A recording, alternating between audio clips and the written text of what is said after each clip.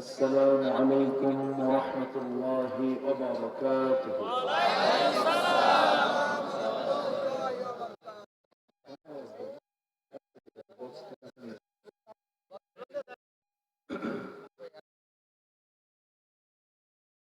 إن الحمد لله الأكرم الذي خلق الإنسان وكرم وعلمه من البيان ما لم يعلم، فسبحان الذي لا يحصى امتنانه باللسان ولا بالقلم. نشهد أن لا إله إلا الله وحده لا شريك له، ونشهد أن سيدنا وحبيبنا ومولانا محمدا عبده ورسوله، الذي أرسله بالحق بشيرا ونذيرا وداعيا إلى الله بإذنه وسراجا وقمرا منيرا. فقد قال الله تعالى في كلامه المجيد وفرقانه الحميد: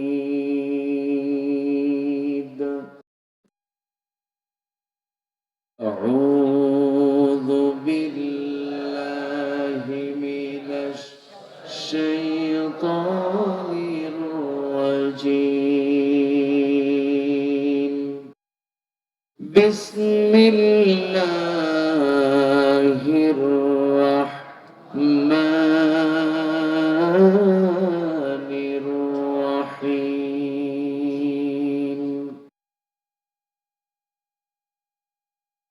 إن الذين آمنوا والذين هاجروا وجاهدوا في سبيل الله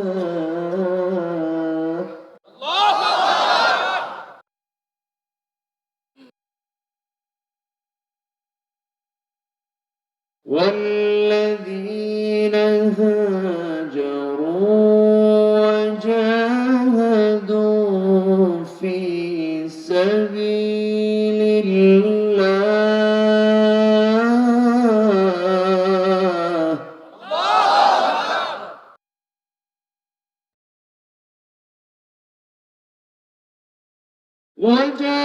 وجاهدوا في سبيل الله أولئك يرجون رحمة الله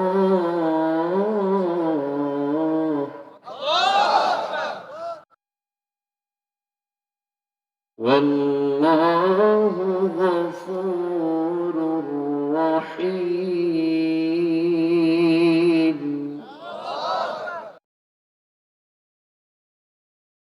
الله أكبر. بسم الله الرحمن الرحيم.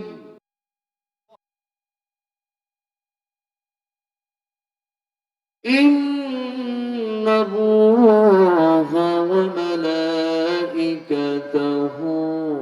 يصلون على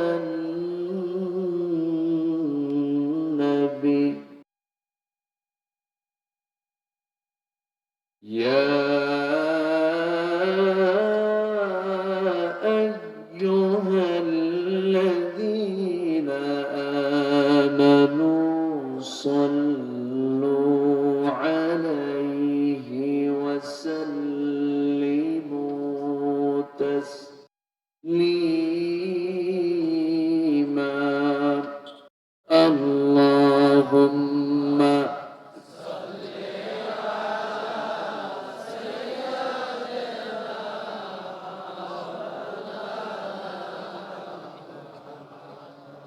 وعلى آل سيدنا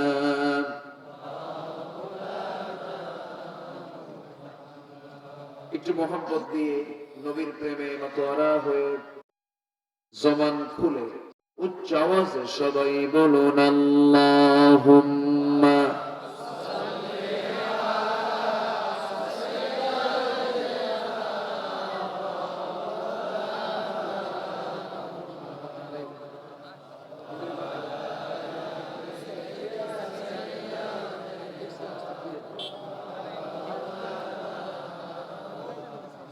হে রাসূল তুমি যে আমার হৃদয় বাগে বুলবুল তোমার প্রেমের নিগুণ ছোঁয়ায় তাই তো হয়েছি ব্যাকুল হৃদয় বাগে বুলবুল আল্লাহুম্মা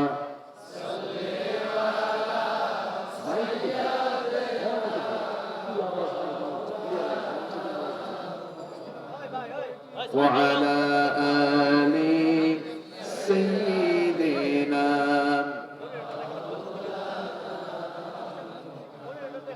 সবাই বলুন বালাগাল উলা বিকামালিহি কাশাফাত তুজা বিজামালিহি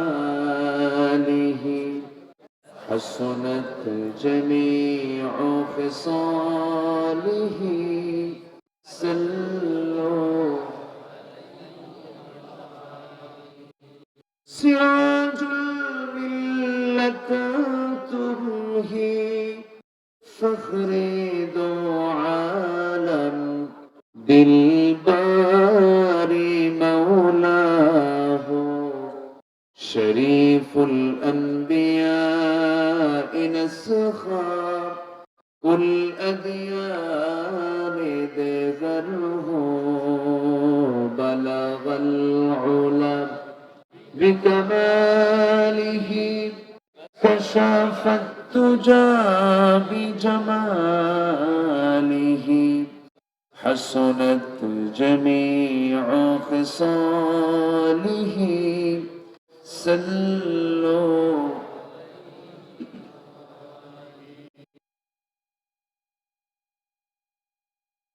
মানিকগঞ্জ জেলার সদর উপজেলার চরবিরাজি যুব সমাজ মাহফিল ইন্তেজামে কমিটি কর্তৃক আয়োজিত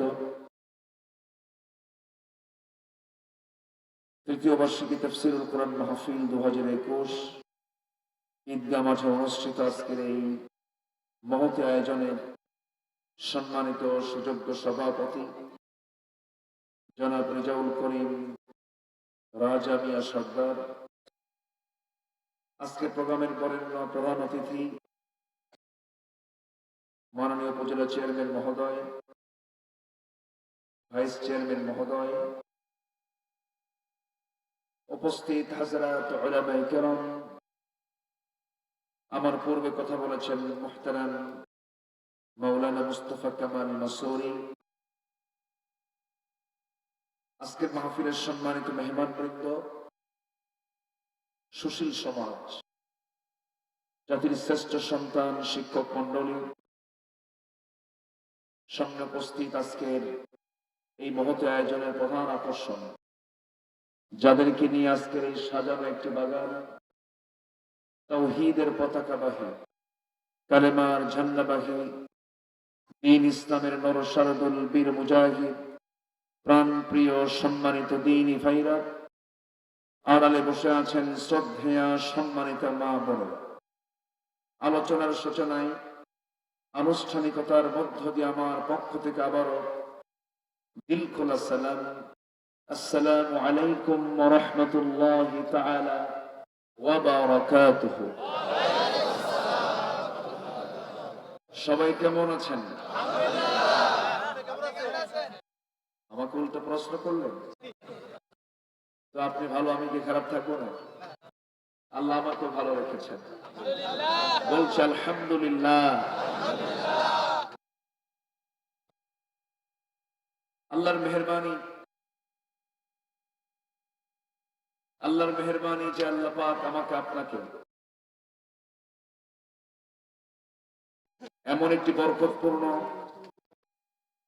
নিয়ামতে ভরা, বরকতে ভরা এমন একটি মজলিসে যে মহান জাল্লা শানুহু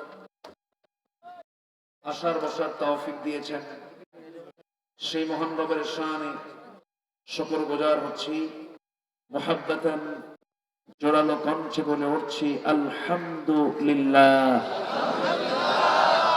আবারও বলছি আলহামদুলিল্লাহ। চিৎকার মেরে উঠছি, বলছি আল্লাহুম্মা ইন্নী আসআলুকা আল হুদা ওয়াত তুকা ওয়াল আফাফা ওয়াল গিনা। সবাই বলি আল্লাহুম্মা লাকা আসলামতু ওয়া বিকা আমানতু ওয়া আলাইকা তাওয়াক্কালতু ওয়া ইলাইকা আনাবতু ওয়া বিকা খাসামতু। আমরা আল্লাহ তাআলার শুকর আদায় করে নিলাম। সম্মানিত হাজিরিন, আসুন আমরা মূল আলোচনার দিকে চলে যাই। আল্লাহ তাআলার খাস মেহেরবানি যে আমরা কোরআনের এই মজলিসে বসতে পেরেছি। এই জায়গায় সবার কি আসার সুযোগ হয়? সবাইকে আসতে পারে? সবাই কি কোরআনের পক্ষে কাজ করতে পারে? সবাই কি কোরআনের দলে থাকতে পারে? এটা একটা ভাগ্য লাগে, নসিবের প্রয়োজন। আমরা আসতে পেরেছি, আমাকে মেহেরবানি করেছেন কে? আল্লাহ তাআলা। সম্মানিত হাজিরিন, আমি সেখান থেকেই কথা বলতে চাচ্ছি যেখান থেকে আমি তেলাওয়াত দিয়ে শুরু করেছি। কোরআনে কারীমের বৃহৎ সবচেয়ে বড় একটি সূরা, সূরাতুল বাকারার 286 আয়াত সম্বলিত সূরার 218 নম্বর আয়াতে আমি তেলাওয়াত দিয়েই আমি আমার আলোচনা শুরু করেছি। তেলাওয়াতকৃত আয়াতকে সামনে রেখে আমি কিছু কথা উপস্থাপন করতে চাচ্ছি। আল্লাহ যেন আমাকে আপনাকে আমল করার নিয়তে বলার এবং শোনার তৌফিক দান করেন। কিন্তু জোরে বলি আল্লাহুম্মা আমিন। অডিয়েন্স, মঞ্চ একটু চুপচাপ থাকতে হবে যেন আলোচনার কোনো বিঘ্নতা না থাকে, এই বিষয়টা খেয়াল করতে হবে। এবং এই মঞ্চের প্রতিটি মানুষের দিকে কিন্তু প্রতিটি মানুষের নজর থাকে, সবাই চেয়ে থাকে মঞ্চের দিকে কে কি করতেছে। এখানে কাজ করবে কয়জন? আর সবাই কি করবে? চুপ থাকবে। তাছাড়া একটা আলোচনার যে মনোযোগিতা, এটা একটু হলো বিঘ্ন হবে, একটু খেয়াল করার চেষ্টা করুন। সম্মানিত হাজিরিন, আমরা সেই কালাম শুনতে এসেছি যে কালামে রচয়িতা পৃথিবীর কেউ না। এই কালামের রচয়িতা কে? এটা কে রচনা করেছেন? নাজিল করেছেন কে? আল্লাহ তাআলা। আচ্ছা, বক্সটাকে এদিকে ঘুরাই দিচ্ছেন, চেষ্টা করেন। আমার মনে হয় বক্সের আওয়াজটা আমার আওয়াজটাকে বিকৃত করে ফেলছে। আমি বাইরে যে আওয়াজগুলো শুনতে পাচ্ছি মাইকের হর্নে, এটাই বেস্ট। এগুলো তো গান বাজনার জন্য, শুধু মানে একটা বিকট একটা আওয়াজ হয়। তো যাক, এখন সেটিং যেহেতু এভাবে আছে, আপনার পারবেন না, যেভাবে আছে সেইভাবে রাখেন। তবে একটু সাউন্ডটাকে ক্লিয়ার করার চেষ্টা করেন যেন আমার কানে আগে সাপ্লাইটা হয়, আমি আর আপনার জন্য ভালো করে শুনতে পারি। কারণ আমি কথা বলি, আমার মাইক কোনটা? কান কি মুখ থেকে বেশি দূরে? সামান্য দূরে। এটাই হচ্ছে সেটআপ। আল্লাহ পাক আমার ভোকাল দিয়েছেন কথা বলার, এই আওয়াজটা আমার কানে যায়। এটার ডিস্টেন্সটাকে এইভাবেই মাইকটা সেটআপ করতে হবে।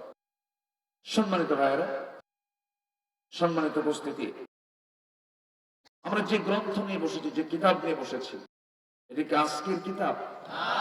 কত আগের কিতাব? ১,৫০০ বছর আগে, প্রায় ১,৫০০ বছর আগের এই কিতাব। যে সময় এই মাইক ছিল না, ছিল না প্রজেক্টর, ছিল না তথ্য প্রযুক্তির কোনো কিছু, ছিল না ভিডিও ক্যামেরা, ছিল না রকেট, প্লেন, সাবমেরিন, এরপরে দ্রুতগামী কোনো যানবাহন ছিল না। আধুনিক তথ্য প্রযুক্তির কোনো কিছুই যে যুগে উপস্থিত ছিল না, সেই সময়ে কোরআন নাযিল হলো। আজকের এই গোটা পৃথিবীর তথ্য প্রযুক্তির চরম উৎকর্ষতার যুগেও কোরআন যে আছে, এই কিতাবের কোন অসারতা, এই কিতাবের কোন দুর্বলতা, অক্ষমতা কেউ কি প্রকাশ করতে পেরেছে? আসতে বলবেন না, পেরেছে? কোনদিন কেউ পারবে? পারবে না, সম্ভব না। এটা এমন একটি কিতাব যা পৃথিবীর সমস্ত জ্ঞানের মূল উৎস। এটা সব জ্ঞানের মূল উৎস। এটা আপনি কি জ্ঞান চান? আল্লাহ রাব্বুল আলামিন সূরা ইয়াসিনের ভিতরে শুরুতেই কোরআন সম্পর্কে এমন একটি তথ্য জানিয়ে দিলেন, ইয়াসিন ওয়াল কুরআনিল হাকীম ইন্নাকা লামিনাল মুরসালিন আলা সিরাতিন মুস্তাকিম। কোরআন হলো বিজ্ঞানময় একটি কিতাবের নাম। এমন কোন জ্ঞান নাই, এমন কোন বিশেষ জ্ঞান নাই যা এর মধ্যে বাদ পড়েছে। কোরআন দিয়ে বিজ্ঞান যাচাই হবে, কিন্তু বিজ্ঞান দিয়া কোরআন যাচাই হবে না। কিয়ামত পর্যন্ত যত জ্ঞান পিপাসু মানুষ কোরআনের কাছে ভিক্ষুকের মতো চেয়ে থাকবে, এর থেকে ফাতিহা সংগ্রহ করবে, তত্ত্ব অনুসন্ধান করে খুঁজে খুঁজে বের করবে। আমার ভাইরা, নাসা বলেন, ইউরোপ আমেরিকার লাইব্রেরি গুলো বলেন, যেখানে গবেষণা হয়, গোটা পৃথিবীর যে প্রান্তে যান না কেন, যে প্রান্তে আপনি গবেষণার জন্য বসেন না কেন, যারা বসে গবেষকদের সামনে আপনি গিয়ে বসবেন, সবার আগে অগোচরে হোক আর প্রকাশ্যে হোক, কোরআন সবার আগে স্থান পেয়ে যায়। জোরে বলি সুবহানাল্লাহ। কি নাই এর ভিতরে? ব্যক্তি জীবন থেকে শুরু করে নিয়ে আন্তর্জাতিক পরিমণ্ডল পর্যন্ত, রান্নাঘর থেকে শুরু করে নিয়ে সংসদ পর্যন্ত যা কিছু প্রয়োজন, সব কিছুর আয়োজন আল্লাহ রাব্বুল আলামিনের মধ্যে করে দিয়েছেন। হয়তো আপনি বলবেন, হুজুর এর মধ্যে মেডিকেল সায়েন্স আছে নাকি? তাও আছে। ফিজিক্স কেমিস্ট্রি আছে নাকি? তাও আছে। সৌরজগৎ নিয়ে কোনো বক্তব্য আছে নাকি? হ্যাঁ, আছে। এই সূরা ইয়াসিনের ভিতরে আল্লাহ রাব্বুল আলামিন বলছেন, লাশ-শামসু ইয়ানবাগি লাহা আন তুদরিকাল কমারা ওয়ালাল-লাইলু সাবিকুন নাহার ওয়া কুল্লুন ফি ফালাকিন ইয়াসবাহুন। সূর্যের ক্ষমতা নাই চন্দ্রকে টপকে যায়, চন্দ্রেরও ক্ষমতা নাই সূর্যকে টপকে যায়। অর্থাৎ চন্দ্র সূর্য প্রত্যেক সৃষ্টি তার নিজ নিজ কক্ষপথে পরিভ্রমণ করছে। জোরে বলি সুবহানাল্লাহ। বিজ্ঞান শুধু মিলাই নিচ্ছে। বিজ্ঞান যা বলে কোরআনের সঙ্গে তা মিলে যায়। এখান থেকে প্রমাণ হয়ে যায় বিজ্ঞান যা বলে কি থেকে বলে? আসতে বলবেন না, কি থেকে বলে? কোরআন থেকে বলে। দিনের বেলা আকাশে সূর্য দেখা যায়, রাতের বেলা আকাশে কি দেখা যায়? চাঁদ দেখা যায়। লিতাহতাদু, আমি সূর্য এবং চাঁদ এই জন্য দিয়েছি যেন তোমরা পথ চিনতে পারো। নাবিক, তুমি যেন সমুদ্র পথে চলতে নিয়ে হারিয়ে না যাও। এই চাঁদকে তোমার জন্য স্থায়ী ঘড়ি বানিয়ে দিয়েছি, আর দিনের বেলা সূর্যকে তোমার জন্য স্থায়ী ঘড়ি বানিয়ে দিয়েছি। বিজ্ঞান বলতেছে চাঁদের নিজস্ব কোনো আলো নাই, চাঁদ অন্যের আলোতে আলোকিত হয়ে যায়। যাদের নিজস্ব আলো বলতে কোন আলো নাই, সূর্যের আলো আছে, সূর্যের নিজস্ব তাপ আছে, এটা বিজ্ঞান বই আমরা পড়েছি। কিন্তু আমরা কোরআনটাকে রিসার্চ এরকম করে যদি করতে পারতাম, এই তথ্য বিজ্ঞান অন্য কোথাও থেকে পায় নাই, সব তথ্য কোরআন থেকে চুরি করেছে। কেন বললাম চুরি করেছে? বিজ্ঞান তো আজ থেকে 1-150 বছর আগেও পর্যন্ত এটা জানতো না, তাদের নিজস্ব কোন আলো নাই। অথচ কোরআন কত আগে জানিয়ে দিচ্ছে, তাবারাকাল্লাযী জাআলা ফিস সামাই বুরুজান ওয়া জাআলা ফিহা সিরাজান ওয়া কমারান মুনীরা। অতীব পবিত্রময় সেই মহান রব্বুল আলামিন, যিনি আকাশে অসংখ্য গ্রহ রাজি রেখে দিয়েছেন, তাতে রেখেছেন প্রদীপ্ত আলো সূর্য। এই প্রদীপ্ত আলো সূর্য আর রাতের বেলা রেখে দিয়েছেন কামারান মুনীরা, আলো বিকিরণকারী চাঁদ রেখে দিয়েছেন। মানে তাদের নিজস্ব কোন আলো নাই। এখন বলুন, বিজ্ঞান প্রমাণ করলো না চুরি করলো? চুরি করেছে। এতে শুধু একটা তথ্য দিলাম, বিগ ব্যাং থিওরি নিয়ে আরো পৃথিবীর অন্যান্য সৃষ্টি জগৎ নিয়ে যত তথ্যগুলো আজকে বিজ্ঞান প্রমাণ করার চেষ্টা করে, প্রমাণ তো নয়, কোরআন থেকে ধার করে এগুলো বলতে থাকে। আমার ভাইয়েরা, এক কথায় পৃথিবীর সকল কিছুর জ্ঞান যেখানে শেষ হয়ে যাবে, সেখানে কোরআনের জ্ঞান শুরু হয়ে যাবে। কোরআন পৃথিবীর প্রত্যেকটা তথ্যকে ভুল প্রমাণ করতে পারবে, কিন্তু পৃথিবীর কোন তথ্য কোরআনকে ভুল প্রমাণ করতে পারবে না। নির্ভুল নিঃসংকোচে যে কিতাবটাকে আমি আপনি গ্রহণ করতে পারি, এই পৃথিবীতে একমাত্র, কেবলমাত্র, শুধুমাত্র একটাই কিতাব, তার নাম কি? কোরআন। সেই কোরআনের সম্মেলন আজকে এখানে হচ্ছে, বলি আলহামদুলিল্লাহ। সম্মানিত ভাইয়েরা, কোরআনকে আমি সর্বশ্রেষ্ঠ কিতাব বলতে আমার কেমন যেন লাগে। কোরআনকে আমি সর্বশ্রেষ্ঠ কিতাব যদি বলতে চাই, তাহলে অন্য কিতাবকে শ্রেষ্ঠ বলা হচ্ছে। সর্বশ্রেষ্ঠ, শ্রেষ্ঠের মাঝে সর্বশ্রেষ্ঠ, তাহলে অন্যান্য কিতাবকে আমি শ্রেষ্ঠ বলছি। অন্য কিতাবের সঙ্গে এত তুলনাই হবে না, ঠিক কিনা? পৃথিবীর সমস্ত বইগুলো মানুষের লেখা, ঠিক কিনা? মনুষ্য রচিত, মানুষের লেখা। আর এই কিতাবটি দুনিয়ার না আসমানের? কার কথা? আপনি সর্বশ্রেষ্ঠ বলবেন কেন? ওই সমস্ত কিতাবের সঙ্গে তো মিল হবেই না। এটা কোরআন একমাত্র কিতাব, যেরকম সুবহানাল্লাহ। যালিকাল কিতাব, কি কথা কি বোঝা গেল? আল্লাহ কি কথা বলেছেন? সর্বশ্রেষ্ঠ কিতাব। আল্লাহ কি বলছেন? যালিকাল কিতাব, একমাত্র কিতাব, লা রাইবা ফীহি, যার কোনো সন্দেহ নাই। সর্বশ্রেষ্ঠ ধর্ম ইসলাম আমি বলবো কেন? সর্বশ্রেষ্ঠ মানে কি? সকল ধর্মের বৈধতা দিয়ে ইসলামকে সর্বশ্রেষ্ঠ আখ্যা দেওয়া, এটা আমি বলবো কেন? ইসলাম একমাত্র দিন, ইন্নাদ-দীনা ইনদাল্লাহিল ইসলাম। আল্লাহ কি সর্বশ্রেষ্ঠ বলেছেন না একমাত্র বলেছেন? কোরআন কি সর্বশ্রেষ্ঠ বলেছেন না একমাত্র বলেছেন? তো সর্বশ্রেষ্ঠ বলবো কেন? আমার কথা কি বোঝা যায়? আমার কথা কি বোঝা যাচ্ছে? মানিকগঞ্জের মানিকরা, বলি আলহামদুলিল্লাহ, সব মানিক। আবার ওদিকে আছে কিশোর, সব কিশোর, কোনো বুড়া নাই, আছে না? এদের গাজীপুরের পাশে কিশোরগঞ্জ, এটা মানিকগঞ্জ। আলহামদুলিল্লাহ, আমরা মানিক হবো। হ্যাঁ, আমরা মানিক হবো, জোরে বলি ইনশাআল্লাহ। মানিকের দাম আছে না নাই? আমরা হব আল্লাহর প্রিয় গোলাম, তাহলে মানিক হতে পারবো। আমরা কার গোলাম হব? অপ্রিয় না প্রিয়? ফেরাউন কার গোলাম? না, ফেরাউন কে বানাইছে?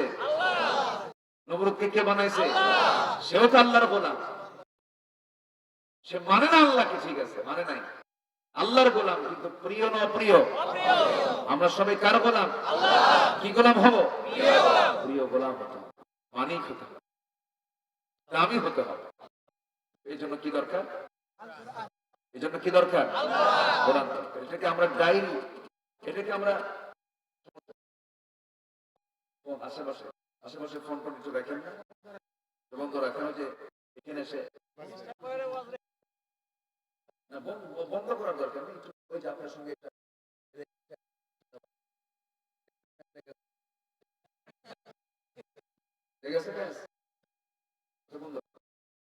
সম্মানিত ভাই, মানে উনি মোবাইলের সঙ্গে এটাও লেগে রাখছে, ওই যে এটা না, এটার মোবাইলের সঙ্গে রাখছে, যখন আসে তখন এটার সাথে দিতে লাগে। সমস্যা মনে নেই, হয়ে গেছে। আমার দিকে তাকান, কষ্ট পাচ্ছেন নাকি আপনারা? খুব ভালো আপনারা, আমি খুবই আনন্দিত, আমি খুবই খুশি আপনাদের এই চাঁদ মাথা মুখ আল্লাহ পাক আমাকে দেখার তৌফিক দিয়েছেন। মানিকগঞ্জ ওয়ান মাহফিল আমার এবছর, এটা একটা মাহফিল, আমি সুযোগ পাই না, সময় হয় না, অনেকে ফোন দেয়, আমার সুযোগটা হয়নি, এসেছি আপনাদের একটু দেখতেও এসেছি। আপনার আমার পরিচয় তো একটাই, সেটা হলো আমরা মুসলমান। আমরা কি মুসলমান? আমাদের সম্পর্ক দূরবর্তী হওয়া দরকার, নিকটবর্তী হওয়া দরকার, খুব নিকট হওয়া দরকার। কেন যেন আমাদের ভিতরে একটা গ্যাপ কাজ করে, আমরা কেন যেন একটা শত্রু শত্রু ভাব হয়ে গেছে, হিংসাত্মক মনোভাব চলে আসছে, অহংকার, হিংসা আর লোভ, এই তিনটা যার মধ্যে থাকবে সে জান্নাত পাবে না।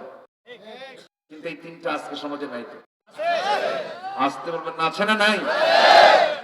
হিংসা আছে, অহংকার আছে, আচ্ছা অহংকার আছে, টাকার অহংকার, চেহারার অহংকার, রাস্তায় যখন হাতে বুঝায় আমি একখান মাল, আছে না এরকম? আছে না? কণ্ঠের অহংকার, নতুন করে সুন্দর সুন্দর গান গায়, আছে না নাই? আমি একখান শিল্পী, ব্যাস। অহংকার করা যাবে না। অহংকার মুক্ত জীবন, হিংসা মুক্ত জীবন, লোভ মুক্ত জীবন, পরকালীন জবাবদিহিতা নিয়ে চলতে হবে আমাকে আপনাকে। এই জন্য একটা গাইডলাইন দরকার। প্রত্যেক দিন আমরা যখন দিন শুরু করব, এটাকে পকেট ডায়েরি বানাবো। কি ডায়েরি বলেন? Pocket diary. একটা কাজ করতে যাব, সঙ্গে সঙ্গে কোরআনটা খুলে দেখবো কোরআন তুমি কি বলে দিয়েছো, কারণ কোরআন কি কথা বলে না? আসতে বলে না, বলে না? সব প্রশ্নের উত্তর দিতে পারে।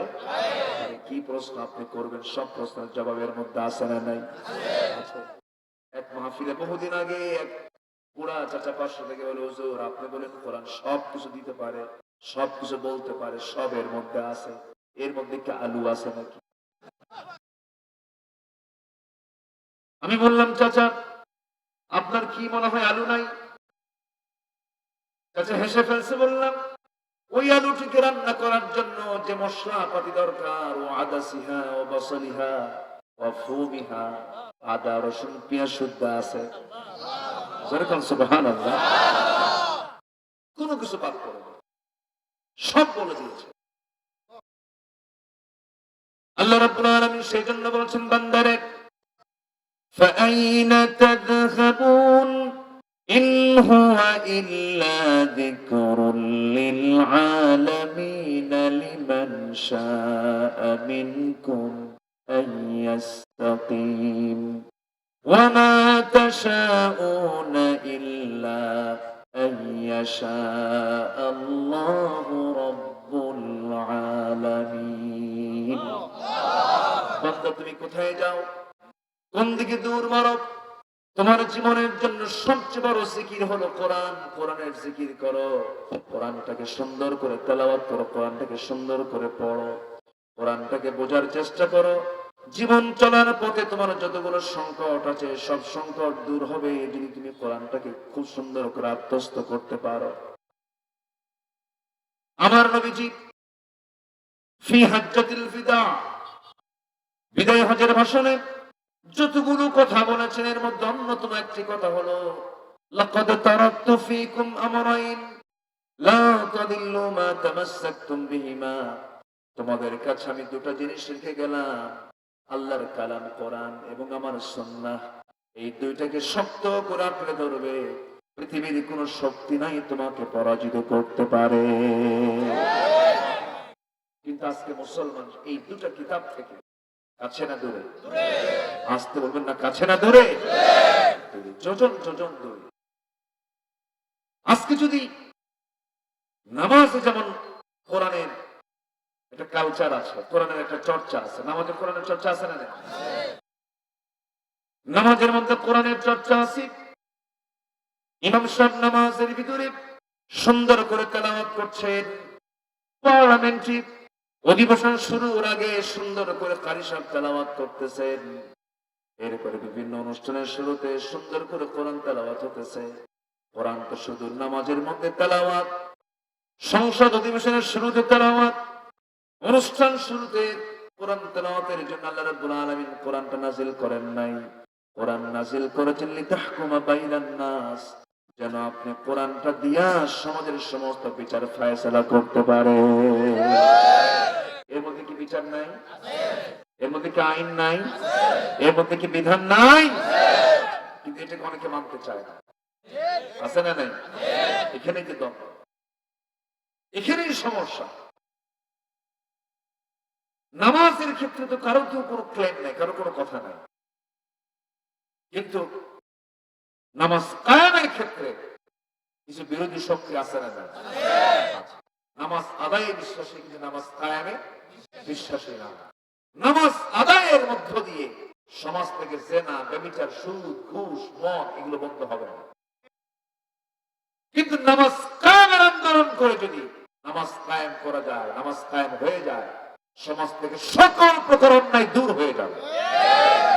ইয়াবা থাকবে না, নেশা থাকবে না, মদ থাকবে না, যুবকদের হাতে কোরআন চলে আসবে। আজকে সমাজে মদ, জেনা, ব্যভিচার সহজ না কঠিন? মাদক দ্রব্য ইজি না কঠিন? ওপেন। আজকে যুব সমাজ শেষ হয়ে গেল। পার্শ্ববর্তী দেশ থেকে ওদের প্ল্যান হলো এই সবুজ ভূখণ্ডের যুব সমাজকে কেমনে ধ্বংস করা যায়। মায়ানমার থেকে পাঠানো হচ্ছে আর চতুর্দিকে যে আমার দেশ, আমার দেশের চতুর্দিকে যেটা আছে দিক থেকে পাঠানো হচ্ছে হলো ফেন্সিডিল, আবে জমজম। যুব সমাজ শেষ হয়ে গেল। প্রশাসন যদি ইচ্ছা করে এগুলো বন্ধ করার জন্য 3 দিনও লাগবে না। আস্তে করে জোরে বলুন ঠিক কিনা? শুধু দরকার সদিচ্ছা। আসলে হ্যালো বন্ধ করতে হবে। কোন হ্যালো যাওয়া যাবে না, তাদেরকে মুক্ত মনে সুযোগ দিতে হবে। একটা ক্রাইম সমাজে থাকবে না। ওয়াজ করে এগুলো বন্ধ হবে না তো, শুধু ওয়াজ করে এগুলো বন্ধ হবে না। সম্মানিত ভাইরা, কোরআনে কারীমের ভিতরে আল্লাহ পাক সুদকে কি করেছেন? অসুখ হলে, বেশি ঘন ঘন পেশাব হলে এই কিসের লক্ষণ? ডায়াবেটিস। বুকের বাম স্তনের নিচে ব্যথা হলে কিসের লক্ষণ? হার্টের পেইন হয়েছে, হার্টের সমস্যা। ডাক্তার বলে দিল আপনি আস্তে গা চিনি খেতে পারবেন না, আর গোস্তর ভিতরে গরু গোস্ত খাওয়াই যাবে না, বাস খাওয়া বন্ধ হয়ে গেল। সামনে চিনি থাকে, চাও থাকে, ভটকা চা খায়, যে চাঁদের কোনো স্বাদ নেই, চিনি সামনে থাকে, জিব্বা লাগা, ঠিক আছে না? গুনার গোস্ত, গরুর সিনার গোস্ত সামনে থাকে, জিব্বা শুধু ওইদিকে যায়, খাই খাই, কিন্তু উপায় নাই। কেন? হার্ট ব্লক হয়ে যায়। ডাক্তারের পরামর্শ যদি গরু ছাড়া যায়, ডাক্তারের পরামর্শ যদি মজার চিনি ছাড়া যায়, আল্লাহর পরামর্শ সুদ খায় না, জন্মের খাওয়া খায়। আছে না নাই? দয়া করে এখন কেউ উঠবেন না, উঠলে কিন্তু ভাববো লোকটা সুদ খায়। বসে কষ্ট পাচ্ছেন না? আমাকে সময় দেবেন তো আজকে? জেনে বলি ইনশাআল্লাহ। সম্মানিত ভাই, সম্মানিত বন্ধুগণ, আল্লাহ বলছেন, বান্দা আমি তোমাকে রহমত দিয়ে ধন্য করে দেব, আমি তোমাকে রহমতের চাদরে জড়িয়ে নেব। তোমাকে আমি তোমার মধ্যে 3টা কোয়ালিটি দেখতে চাই। কয়টা কোয়ালিটি? আমরা কার রহমত পেতে চাই? রহমত পেলে কি গুনাহ মাফ হবে না? রহমত পেলে কি জান্নাত পাওয়া যাবে না? কান টানলে তো মাথা আসে। রহমত আছে তো জান্নাত আছে। আছে না? আল্লাহ রাব্বুল আলামিন বান্দাকে সুন্দর করে বলছেন সূরাতুল বাকারার 218 নম্বর আয়াতে আল্লাহ রাব্বুল আলামিন বলেন ইন্নাল্লাযীনা আমানু ওয়াল্লাযীনা হাজারু ওয়াজাহাদু ফি সাবিলিল্লাহি উলাইকা ইয়ারজুনা রাহমাতাল্লাহ ওয়াল্লাহু গফুরুর রহিম।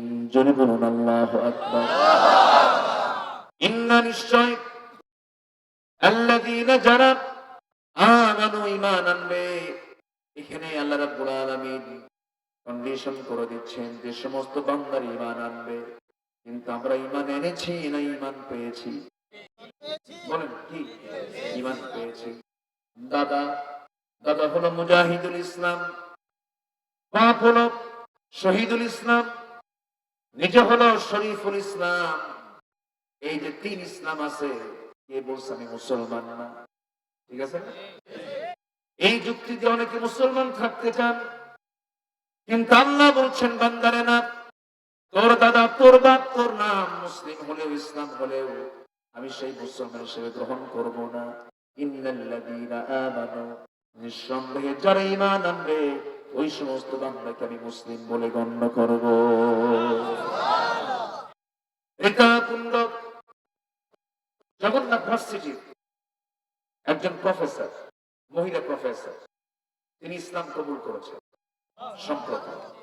30 বছর কোরআন রিসার্চ করেছেন, 30 বছর। 4 বছর আগে তিনি কালিমা পড়ে মুসলমান হয়ে গেছেন, প্রকাশ করেন। সম্প্রতি তিনি বোরকা পড়ে আত্মপ্রকাশ করেছেন। তিনি বলেছেন যে আমি ইসলাম সম্পর্কে আমার বুঝতে এতদিন অনেক সময় টাইম লেগে গেছে, আমি বুঝে শুনে ইসলাম কবুল করেছি। আর আমরা বুঝে শুনে মুসলিম পরিবারের জন্ম নিয়ে ইসলামী আন্দোলনকে, ইসলামী সংগঠনকে আমরা তোয়াক্কা না করে দুনিয়া তৈরি করা আইনকে আমরা বিশ্বাস করি। আছে না নাই? মুসলমান লেনিনকে মানবে না, মুসলমান কার্ল মার্কসকে মানবে না, মুসলমান মাও সেতুনকে মানবে না, মুসলমান মনুষ্য রচিত কোন আইনকে, মতবাদকে বিশ্বাস করতে পারে না, পারে না, পারে না। কিন্তু এমন মুসলমান আমার দেশে আছে না?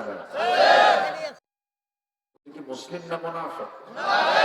মুসলিম না মুনাফিক? কষ্ট হচ্ছে আপনাদের? ভাই আমি হয়তো আমার কথার মধ্যে একটু হয়তো বড় আওয়াজ পাচ্ছেন, হয়তো একটু আমি কি বলবো, আমি আমার ভাষা শক্ত ভাষায় হয়তো কথা বলছি, কিন্তু শক্ত আমি দরদ দিয়ে বলার চেষ্টা করছি। ভাই আমি যদি মুসলিম হতে চাই, ইসলাম থাকার দরকার আছে না? আমার মধ্যে ইসলাম, আমি কিসের মুসলিম? কিসের মুসলিম আমি? ইসলাম থাকলে মুসলিম, ইসলাম না থাকলে সে মুসলিম না। আমার ভাইয়েরা, আল্লাহ রাব্বুল আলামিন বলছেন শোনো, তোমাকে ঈমান আনতে হবে, ঈমানটা ভালো করে আনতে হবে। আরেক জায়গায় বলছেন ইয়া আইয়ুহাল্লাযীনা আমানু আমিনু, ঈমানদারেরা তোমরা ভালো করে ঈমান আনো। কি করে? আবার আরেক জায়গায় বলছেন আল্লাহ রাব্বুল আলামিন ওয়ালা তামুতুন্না ইল্লা ওয়া আনতুম মুসলিমুন, মৃত্যুবরণ করো না যতক্ষণ না তুমি মুসলমান না হতে পেরেছ। ঈমানদারকে ডাক দিয়ে বলছেন, কাকে ডাক দিয়ে? ঈমানদারকে ডাক দিয়ে বলছেন। আমার ভাইয়েরা, ঈমানটা মজবুত করে আনতে হবে। ঈমান আনবো এখন কার উপরে বলেন? আস্তে বলবেন না, কার উপরে? আল্লাহকে দেখা যায় নাকি? কি সমস্যা? এই যে ভাই কই যান? কিছু যে কয় না চাপ জরুরত, আগে ভাগে উঠলে এই সমস্যাগুলো হয় না। আমাদের ওঠার সময় আমাদের উঠায় 9টা 10টার দিকে উঠায় দিলে প্রাণ ভরে কিছু কথা বলা যায়। সবকিছুর একটা যৌবন কাল থাকে। মাহফিলের যৌবন, মানুষের যৌবন কাল হলো 25 থেকে 40 বছর। প্রচুর এনার্জি কাজ করে। 40 পার হলে চোখে কম দেখে না বেশি দেখে? চামড়া টাইট না ঠিক বলেন? সব লুজ হয়ে যায়। তো মাহফিলের একটা যৌবন কাল আছে, সেটা সর্বোচ্চ 9টা থেকে 11টা। সেই যৌবন কাল পার করে আমি উঠছি বুড়াটা। একজন কবে 1 নাম্বার, আরেকজন কবে 2 নাম্বার, আরেকজন ঊর্ধ্ব চাপ, আরেকজন নিম্ন চাপ, এর মধ্যে আমি আরেক চাপ। সম্মানিত ভাই, বিড়ি খাওয়ার চাপও কিন্তু কম না। এই চাপটি কম আছে না? চাপ আছে। হঠাৎ করে দরবার থেকে লোক খুঁজে পাওয়া যায়, এই দরবারে মুরব্বী কই গেল? একটু ওনার মাথা ওয়াশ করতে গেছে, কি টানাটানি করতে গেছে। আছে না নাই? কি টান মারে? বিড়ি খাওয়া কি বলে? বোতল তো ঠিকই মারল। 4 অঞ্চলে 4 ফতুয়া আমার দেশে বিড়ির ব্যাপারে। রংপুরে বিড়ি খাওয়া ওয়াজিব, সিলেটে মুবাহ, ঢাকাতে মাকরুহ, চট্টগ্রামে বিড়ি খাওয়া ফরজ। এত টানা টানা আছে না নাই? আমার এগুলো খাবো। সকল প্রকার নেশা থেকে যুবক, তোমাকে পরহেজ থাকতে হবে। তোমার জীবন ধ্বংস করার জন্য নেশাই যথেষ্ট। একটা পরিবারের 10 জন সংখ্যা যদি থাকে, এর মধ্যে একজন যদি মাদকাসক্ত হয়, গোটা পরিবার তছনছ হয়ে যাবে। সমাজ কোথায় চলে যাচ্ছে? কষ্ট পাচ্ছেন আপনারা? পান খান, মুরব্বী পান খান না? পান খান না? পান খাই তো, মাঝে মাঝে পান খান, সমস্যা নেই। বুড়ো মানুষ পান না খেলে হয়? পান খাবেন না কেন? পান খান, কিন্তু পানটা খাবেন আপনি পরিমাণ মতো। কিছু কিছু লোকের এত পান খাওয়া, বেতন 8,000, পান খায় 6,000। আছে না নাই? লিমিট করা উচিত। আবার পান খাবেন খাবেন, পানের সাথে আবার হাকিমপুরি রহমতুল্লাহ আলাইহি কেন? হাকিমপুরের ভিতরে যে গাছ, বিয়ের মধ্যেও একই গাছ, একই পাতা। এগুলো বদভ্যাস উম্মতে মুহাম্মাদের সঙ্গে মানায় না। উম্মতে মুহাম্মাদের মুখে এই জাতীয় খাবার মানায় না। আমার নবীজি জীবনের শেষ আমল ছিল মিসওয়াক করা। আমার নবীজি যখন মারা যান, মিসওয়াক করে মারা গেছে। আমার নবীজি 5 ওয়াক্ত টাইমে ওযুর পূর্বে তিনি মিসওয়াক করতেন এবং বলতেন, আমার উম্মতের যদি কষ্ট না হতো আমি মিসওয়াককে ওয়াজিব বানাই না। কোন দুর্গন্ধ মুখে রাখা যাবে না। মুখটাকে পরিচ্ছন্ন রাখবো কার জিকিরের জন্য? আল্লাহ জিকিরের জন্য। আমার ভাইয়েরা, এখন ঈমান যারা আনবে, ঈমানটা কি? ঈমান আনবো আমরা 1 নাম্বার কার উপরে? আল্লাহর উপরে। নাম্বার 2 মুহাম্মদ সাল্লাল্লাহু আলাইহি ওয়াসাল্লাম।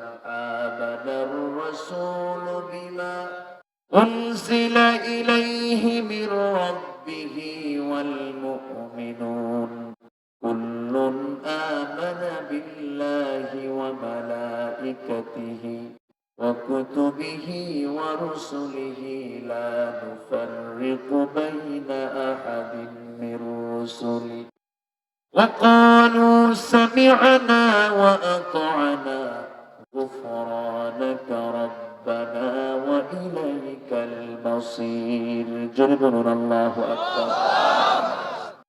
متقي كرم সূরা বাকারা শুরুতেই বলে দিচ্ছেন, আল্লাযীনা ইউমিনুনা বিল গায়বি ওয়া ইউকিমুনাস সালাতা ওয়া মিম্মা রাযাকনাহুম ইউনফিকুন।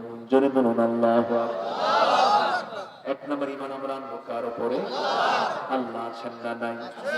আল্লাহ শোনেন কি শোনেন না? বোঝেন কি বোঝেন না? দেখেন কি দেখেন না? আমাকে চালান কে? আমার চোখ চালান কে? আমার কান চালান কে? আমার নাক চালান কে?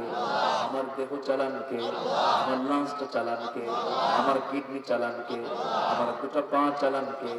চোখের মধ্যে পানি দিয়েছেন কে? ওই চোখ দিয়ে নারীর দিকে চায় থাকে কে? আল্লাহ স্যার। চেক করতেছি মনোযোগ আছে কিনা। মনোযোগ আছে তো? বলি আলহামদুলিল্লাহ। চোখ দিয়েছেন আল্লাহ। চোখ কে দিয়েছেন? আল্লাহ দিয়েছেন চোখ। সে আল্লাহ তো বলেও দিয়েছেন বান্দা এই চোখ দিয়ে সব দেখবি না। এই যে একটা মোবাইল যখন কোন কোম্পানি বানায় দেয় সেই সময় তার সঙ্গে একটা ক্যাটালগ আছে না নাই? আছে। দুনিয়ার একটা মোবাইল, একটা সামান্য মোবাইল যদি কেউ কিনতে গেলে তার যদি একটা পরে যদি বই থাকে, একটা ক্যাটালগ থাকে, আপনি এটাকে অন করবেন কেমনে, অফ করবেন কেমনে? আল্লাহ আমার এত সুন্দর দামি চোখ দিলেন, সেই দামি চোখ কোন দিকে তাকাবি কোন দিকে তাকাবি না তার ক্যাটালগ আছে না? সেই জানার জন্য কি দরকার বলেন? কোরআন দরকার। সবকিছু দেখা যাবে না। কে বলেছে নারীর দিকে তাকানো যাবে না? অবশ্যই তাকানো যাবে। কে বলছে তাকানো যাবে আবার যাবে না? নারীর দিকে কেন আমি তাকাবো না? কোন নারীর দিকে আমি তাকাবো? মার দিকে তাকানো তো ফরজ। মেয়ের দিকে তাকাতে হবে। নিজের স্ত্রীর দিকে তাকাতে হবে। নিজের স্ত্রীর দিকে যদি আমি মোহাম্মতের নজরে যদি তাকাই, আল্লাহ পাক আমার আপনার আমল নামায় সওয়াব দিয়ে দিবেন। যদি আমার মেয়ের দিকে যদি নেক দৃষ্টিতে তাকায়, আল্লাহ পাক আমাকে সওয়াব দিবেন। যার ঘরে 3টা মেয়ে সুন্দর করে দেখবে, লালন পালন করবে, তার জন্য পৃথক 3টা জান্নাত। মেয়ের দিকে তাকানো যায় যাচ্ছে না? মার দিকে তাকাতে হবে, বউয়ের দিকে তাকাতে হবে, কিন্তু অন্যের বউ না, নিজের বউ। কথা বুঝতে পারছেন? অন্যের বউয়ের দিকে তাকানো যাবে না। নিজ স্ত্রীর দিকে তাকাতে হবে। এটাই তো ঈমান। এটা কি? এখানে ঈমানের বিষয়। আল্লাহ যা বলেছেন, যা মানা করেছেন তা ছেড়ে দেওয়া, যা বলেছেন তা বাস্তবায়ন করা। এক সাহাবী রাসূলের সামনে দাঁড়িয়ে থেকে বলছে, হুজুর বেশি ওয়াজ আমি শুনবো না, আমাকে কয়েকটা আমল শিখিয়ে দেন। 2-3টা আমল শিখে আমি জান্নাত পেতে চাই। রাসূল তাকে হতাশ করলেন না। আমার নবীজি তাকে আস্তে করে বসায় দিয়ে বলছেন, সাহাবী আমি বলবো না, তুমি বলো তুমি কি কি আমল করবা, বলো আমারে শোনাও। নবীজি উদার ছিলেন। ওই সাহাবী বলছেন, ইয়া রাসূলুল্লাহ ইযা সাল্লাইতুল মাকতুবাত ওয়া সামতু রমাদান ওয়া আহলালতুল হালাল ওয়া হারামতুল হারাম ওয়া লাম আযিদ আলা যালিকা শাইআন আদখুলুল জান্নাতি ইয়া রাসূলুল্লাহ। আমি যদি 5 ওয়াক্ত নামাজ, রমজান মাসে রোজা, এরপরে হালালকে হালাল জেনে হালাল জীবন গ্রহণ করা, হারামকে হারাম জেনে হারাম জীবনকে বর্জন করে যদি থাকি, এই 4টি কাজের জন্য আমি কি জান্নাত পাবো না ইয়া রাসূলুল্লাহ? আমার নবীজি মুস্কি হাসি মেরে ওই সাহাবীর পিঠে হাত দিয়ে বলছেন, ও আমার সাহাবী, নিশ্চয়ই তুমি জান্নাতের মেহমান হয়ে যাবে। আমার ভাইরা জান্নাত বানিয়ে রেখেছেন কে? কার জন্য? বলেন কার জন্য? আমাদের জন্য। বলি কাদের জন্য? এটা আশা নিয়ে থাকতে হবে। অবশ্যই জান্নাত আমরা পাবো, আল্লাহর রহমত আমরা পাবো। সত্য হলো ঈমানটা ফুলফিল করতে হবে। ঈমানটাকে ক্যান্সার মুক্ত রাখতে হবে। ঈমানের ক্যান্সারও কিন্তু আছে। মানুষের দেহের ক্যান্সার যেমন থাকে, মানুষের ঈমানেরও ক্যান্সার আছে। ক্যান্সার গুলো কি কি, কোষগুলো কি কি, আমি আজকে একটা একটা করে বলবো। শুনতে রাজি আছেন? আমার ভাইয়েরা, ঈমানটা ফ্রেশ থাকতে হবে, ঈমানটা নির্ভেজাল হতে হবে। আল্লাহ রাব্বুল আলামিন বলেন, ওয়াল্লাযীনা আমানু ওয়া লাম ইয়ালবিসু ঈমানাহুম বিযুলমিন উলাইকা লাহুমুল আমনু ওয়া হুম মুহতাদুন। ঈমান যারা আনবে, ওয়া লাম ইয়ালবিসু, যারা আবৃত করবে না, ওয়ালাম ইয়ালবিসু ঈমানাহুম বিযুলমিন, তাদের ঈমান কি জুলুমের দ্বারা, শিরকের দ্বারা, কুফরের দ্বারা, বিদআতের দ্বারা যারা এটাকে আবৃত করবে না, এটা ঈমানটাকে প্রশ্নবিদ্ধ করবে না, ঈমানটা যারা ফ্রেশ রাখবে, আল্লাহ রাব্বুল আলামিন বলছেন ওই সমস্ত বান্দা আমার হেদায়েত প্রাপ্ত বান্দা, ওই সমস্ত বান্দার সমস্ত গুনাহগুলোকে মাফ করে আমি জান্নাত দিয়ে দেব। গুনাহ তোমার আমার আপনার কোনো সমস্যা নয়। গুনাহ হতেই পারে, গুনাহ হতে পারে না? গুনাহ কোন বান্দার নাই? সবার আছে না নাই? গুনাহ হতেই পারে। লাউ লাম তুযনিবু লাযাহাবাল্লাহু বিকুম ওয়া লাজাআ বিকওমিন হাত্তা ইউযনিবুন। ও বান্দা, জেনে রেখে দিও, তুমি যদি গুনাহ না করো, আমি তোমাকে দুনিয়া থেকে মিটাইয়া দিয়ে আরেকটা জাতি পাঠাইয়া দেব, যারা গুনাহ করবে চোখের পানি ফেলে ফেলে আমার কাছে মাফ চাবে, আমি তাকে মাফ করে দেব। কার কথা? আল্লাহ। আজকে থেকে গুনাহ করবো। এই কথাকে বুঝতে পারছেন? এই কথা কিন্তু সেই কথা নয়। আল্লাহ আমাকে উৎসাহ দিয়ে এই কথাটা জানাচ্ছেন। আল্লাহ পাক আরেক জায়গায় বলছেন, ইন তাজতানিবু কাবাইরা মা তুনহাউনা আনহু নুকাফির আনকুম সাইয়্যাতিকুম ওয়া নুদখিলকুম মুদখালান কারীমা। তুমি যদি বড় বড় গুনাহগুলোকে যদি ছাড়িয়ে দিতে পারো, বড় বড় গুনাহগুলোকে যদি তোমার নিজের জীবন থেকে মাইনাস করতে পারো, ছোটখাটো যত গুনাহ করেছো সব গুনাহ আমি আল্লাহ মাফ করে দেব। কার ওয়াদা? নুকাফির আনকুম সাইয়্যাতিকুম। তোমার ছোটখাটো যত গুনাহ আছে সব গুনাহ আমি দেখবই না, আমি না দেখে মাফ করে দেব। জোরে বলে সুবহানাল্লাহ। কিন্তু বড় গুনাহ মাফ হবে না। সে বড় গুনার মধ্যে কি? এক নাম্বার বড় গুনাহ হলো শিরকের গুনাহ। মানুষকে সিজদা দেওয়ার প্রবণতা আমার দেশে আছে না? মানিকগঞ্জে নেই? মানিকগঞ্জে আছে? আসতেছে, লাইনে আসতেছে, কেউ উঠবেন না কিন্তু বসে। মানুষকে সিজদা দেয়, এটা কি ইসলাম মেনে নেবে? রাসূল কারো কোন সাহাবী রাসূলকে সিজদা দিয়েছে এমন কোন হাদিস আছে? আমার নবীজির জুতাও কাউকে রাসূল টানতে দেন না। বিশ্বনবী কাকে বলে? আমার নবীজি নিজের জামা নিজে সেলাই করেছে, নিজের ঘরের ময়লা নিজে সাফ করেছে। আমার নবী ছিলেন আত্মনির্ভরশীল একজন মানুষ। নবীজি কারোর জন্য কাজ অপেক্ষা রাখতেন না, কাজ ফেলে রাখতেন না। আমার নবীজি খেদমত নিতেন না, খেদমত করতেন। যেরকম সুবহানাল্লাহ। আমার রাসূল নিজে খাদেম ছিলেন, খেদমত তিনি সারা জীবন করেছেন। আনাস রাদিয়াল্লাহু তাআলা তিনি বলেন, মা আমাকে দিয়ে গেল রাসূলের খাদেম বানানোর জন্য। 10 বছর বয়সে রাসূলের খেদমতে আসলাম। 10টি বছর রাসূল আমাকে একটা দিন বললেন না এটা নিয়ে আসা। সুবহানাল্লাহ বলবেন না? বরং আমি ভুল করি, আমি আনাস আমার খেদমত রাসূল নিজে করে। রাসূল যখন মারা যাবেন তখন হযরত আনাস বিন মালিকের বয়স মাত্র 20 বছর। কত বছর? মুজদারি কেবল খোসা উঠতেছে। নবীজি মারা যাবেন, ইন্তেকাল করবেন নবীজি। নবীজির মাথার কপালগুলো ঘেমে ঘেমে যাচ্ছে। নবীজি উঠে দাঁড়াতে পারেন না, নবীজি বসেও থাকতে পারেন না।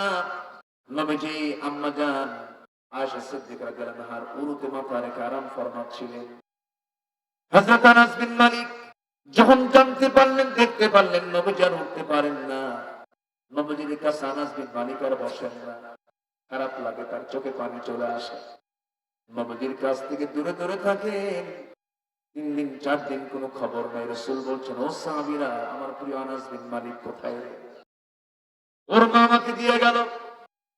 আমার আনাস এখন দূরে দূরে থাকে, কারণ আমি না জানি কখন দুনিয়া থেকে বিদায় হয়ে যাবি, তো আমার আনাসকে দেখি না। 3 দিন 4 দিন পর ওমর ফারুক রাদিয়াল্লাহু তাআলা তাকে খোঁজার জন্য বের হয়ে গেলেন। বের হয়ে দেখেন তিনি পাহাড়ি পদদেশে গুহার মধ্যে সেজদায় পড়ে পড়ে কাঁদে আর বলে, আল্লাহ, আমি যেদিন নবীর দরবারে এসেছি সেদিন আমার বয়স মাত্র 10 বছর ছিল। আজকে আমার 20 বছর পূর্ণ হলো। কেবল বোঝা সোজা আমার শুরু হলো। আমি কেবল বুঝতে শিখেছি, আমার কেবল জ্ঞান এসেছে। আমি নবীজির খেদমত করতে পারি নাই। আল্লাহ, আমি তোমার কাছে ফরিয়াদ করি, আল্লাহ আমার রাসূলকে তুমি সুস্থ করে দাও, যুগের পর যুগ নবীর হায়াতকে বাড়ায় দাও, আমি আনাস যেন নবীজির খেদমত করে যেতে পারি।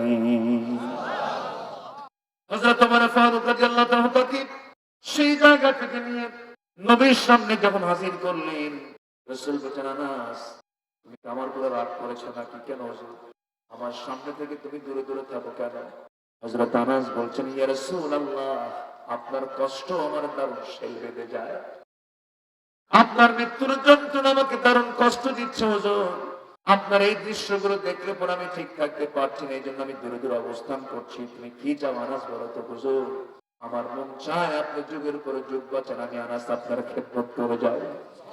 আমার নবীজি বলছেন, আনাস রে, একমাত্র সুযোগ নাই আনাস, মৃত্যুর সকল লক্ষণ আমার মধ্যে চলে আসছে, মালাকুল মউত চলে আসবে, আমি দুনিয়া থেকে বিদায় নেব আনাস, তবে একটা করে জেনে রেখে দিও আনাস, আমার খাদেম তো জান্নাতেও থাকবে, জান্নাতের খাদেম কেউ না, আমার আনাস তুমি থেকে যাবে।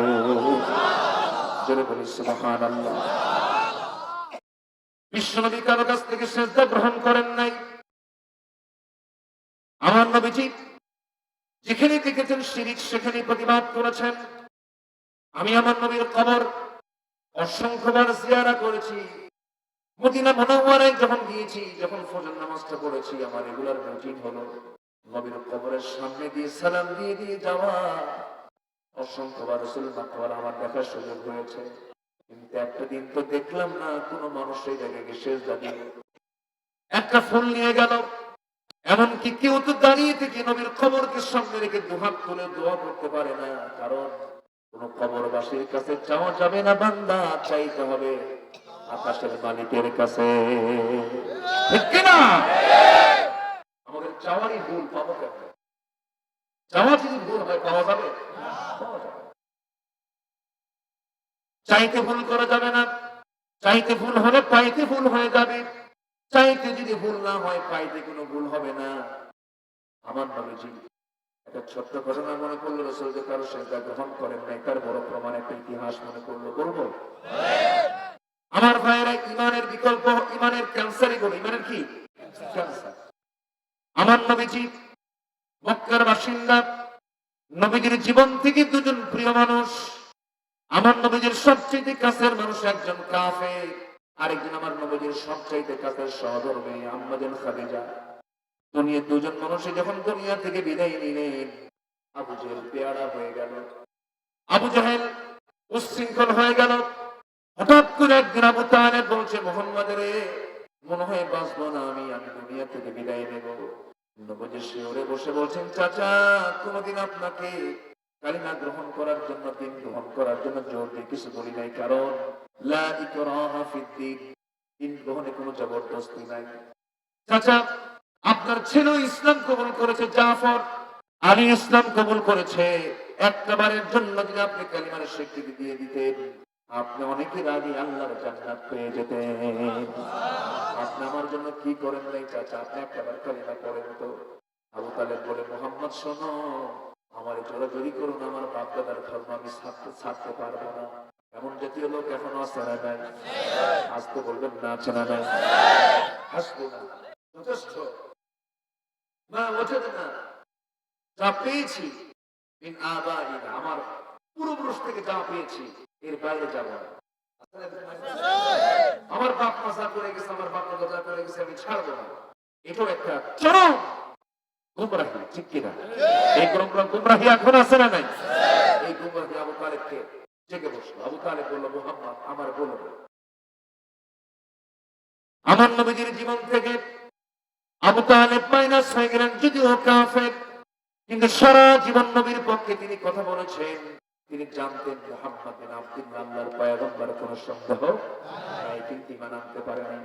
ঈমান আনতে গেলে হেদায়েতের দরকার আছে না নাই? হেদায়েতের মালিককে আসতে বলবেন নাকি?